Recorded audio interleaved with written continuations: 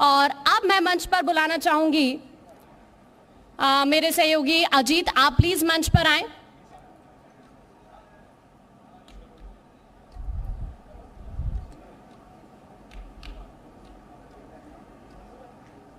तो देखिए, अब हम कार्यक्रम की शुरुआत करेंगे। आप सभी से मेरी गुजारिश है, आप सभी से प्लीज आप कुछ देर के लिए उस साइड चले जाएं, फिर उसके बाद आपकी परफॉर्मेंस होगी और हम कार्यक्रम को आगे बढ़ाएंगे। क्योंकि देखिए, ये कार्यक्रम बहुत खास है और आपने जैसा देखा, अभी चूंकि केंद्रीय मंत्री हमारे बीच मौजूद हैं, तो कार्यक्रम की शुरुआत हम सबसे पहले उन्हीं से चर्चा करने के साथ करने वाले हैं। अभी थोड़ा सा इनके बारे में और मैं आपको बताती हूं। परख महासंघ के राष्ट्रीय अध्यक्ष हैं, पार्टी के एससी विंग के राज्य अध्यक्ष हैं और पार्टी के प्रभावशाली नेताओं में से एक हैं। तो देखिए, उत्तर प्रदेश की राजनीति के बारे में हम जरूर उनसे जानने की कोशिश करेंगे। यूनियन मिनिस्टर है, तो किस तरह से अभी तक इनिशिएटिव वो ले रहे हैं प्रदेश को लेकर, ये जानने की भी कोशिश करेंगे। और भी बहुत सारे सवाल होंगे जिनका जवाब हम यहाँ इस कार्यक्रम के जरिए, इस पैनल के जरिए जानने की कोशिश करेंगे। Ajit, over to you. बिल्कुल, बहुत बहुत धन्यवाद आकांक्षा। और जी, मीडिया के मंच पर केंद्रीय मंत्री कौशल किशोर जी, सर आपका बहुत बहुत स्वागत है, आपने हमको समय दिया। केंद्रीय मंत्री और लखनऊ के मोहनलालगंज से सांसद हैं सर, और बहुत ही जुझारू नेताओं में आपकी गिनती होती है, लगातार कई बार से सांसद हैं, आपकी पत्नी भी लगातार विधायक हैं। सर, पहला सवाल, बीजेपी ऐसा क्या कर रही है कि नगर निकाय चुनाव में भी देखिए 17, पिछली बार आप जो है 16 में से 14 जीते थे, ऐसा बीजेपी क्या कर रही है कि इस बार सारी सीटें जीत जाए? क्योंकि अखिलेश यादव भी मैदान में निकले हैं और मायावती ने किनारा कस लिया है। देखिए, भारतीय जनता पार्टी की जो सरकार है, हमारे देश के प्रधानमंत्री आदरणीय नरेंद्र मोदी जी, उत्तर प्रदेश में मुख्यमंत्री आदरणीय योगी आदित्यनाथ जी, उनके नेतृत्व में पार्टी हमारी जो है सेवा ही संगठन के तहत लगातार लोगों के काम करती रहती है। जो योजनाएं हैं, उन योजनाओं को जनता के बीच तक के ले जाना, लोगों को बताना, उसका लाभ दिलाना हमारी पार्टी के कार्यकर्ताओं का कर्तव्य है और करते हैं। तो जैसे कि आप देख रहे होंगे कि पूरे देश के अंदर 80 करोड़ जनता को मुफ्त में राशन मिल रहा है। उसी तरह उत्तर प्रदेश में भी 50 करोड़ जनता को मुफ्त में इलाज मिल रहा है। 10 करोड़ के आसपास महिलाओं को गैस सिलेंडर चूल्हे मिले। 16 करोड़ से ज़्यादा किसानों को किसान निधि सम्मान 2-2 हज़ार रुपये की साल में मिल रही है। लोगों को आवास मिल रहे हैं। पूरे देश में लगभग 5 करोड़ के आसपास आवास प्रधानमंत्री आवास योजना के तहत मिले हैं। अकेले उत्तर प्रदेश के अंदर अभी 2-3-4 दिन पहले तक लगभग 56 लाख लोगों को आवास दिए जा चुके हैं। तो इस तरीके से पूरे देश के अंदर भी और उत्तर प्रदेश के अंदर भी जो शहर के क्षेत्र हैं चाहे गांव के क्षेत्र हो, उनको डेवलप करने का काम पूरी तरीके से किया जा रहा है। शहरों के बेहतर बनाने के लिए आदरणीय प्रधानमंत्री जी ने 100 स्मार्ट सिटी चुने।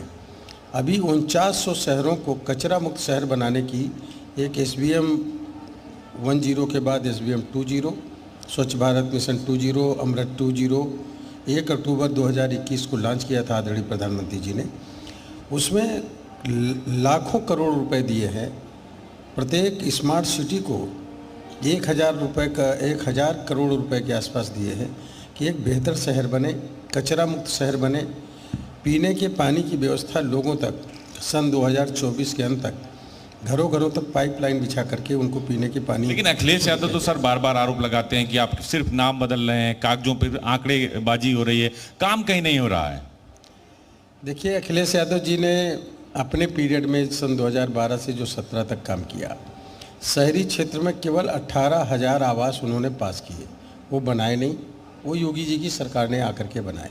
हाँ, अखिलेश जी ने एक काम जरूर किया, उन्होंने पूरे उत्तर प्रदेश के अंदर लगभग 1 लाख से ज़्यादा जहाँ मुर्दे दफनाए जाते हैं कब्रिस्तान, उनकी बाउंड्री जरूर कराने का काम किया। वहाँ हैंड पाइप लगाए। एवरेज में अगर देखें तो एक कब्रिस्तान की बाउंड्री में लगभग 4 आवास बन जाते। मैं कह रहा हूँ, अगर किसी को आप संतुष्ट ही करना चाहते थे, एक वर्ग विशेष को भी करना चाहते थे, तो कम से कम 4 लाख आवास मिल जाते। उनको आवास देना चाहिए था। अब आपने आवास नहीं दिए।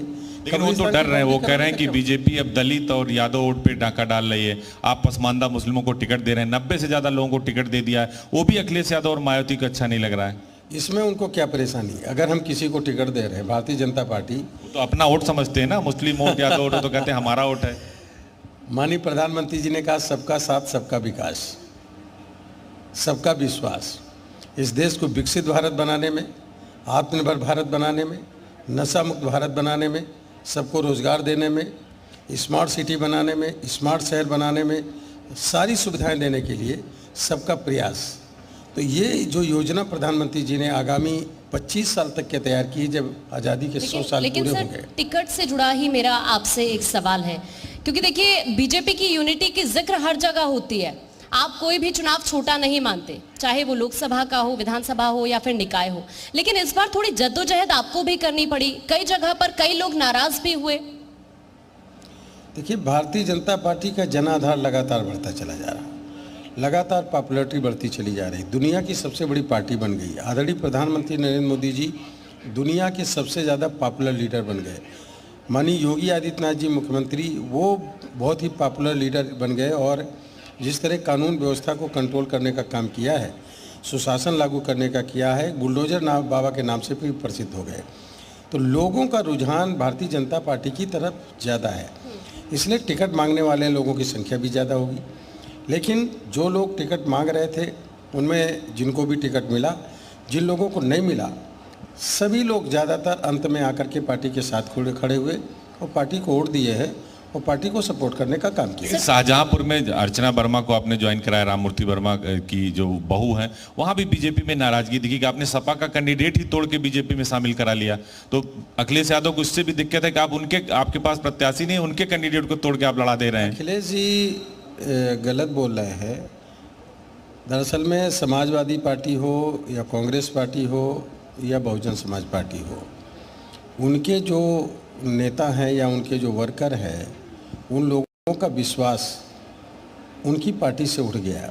अखिलेश जी से समाजवादी पार्टी के वर्कर्स का, वोटर का विश्वास उठा है, बीएसपी का इसी तरीके से विश्वास बहन जी के ऊपर से उठा है, कांग्रेस का राहुल जी के ऊपर से विश्वास उठा है। तो उनके दल के लोग ही आना चाहते हैं और आकर के पार्टी में शामिल होना चाहते हैं। तो ऐसी स्थितियों में हम तोड़ करके नहीं लाए, वो आए हैं, उनका स्वागत है और पार्टी ने उसमें बैठ करके निर्णय लिया, इसलिए उनको टिकट देने का काम किया गया शाहजहांपुर में।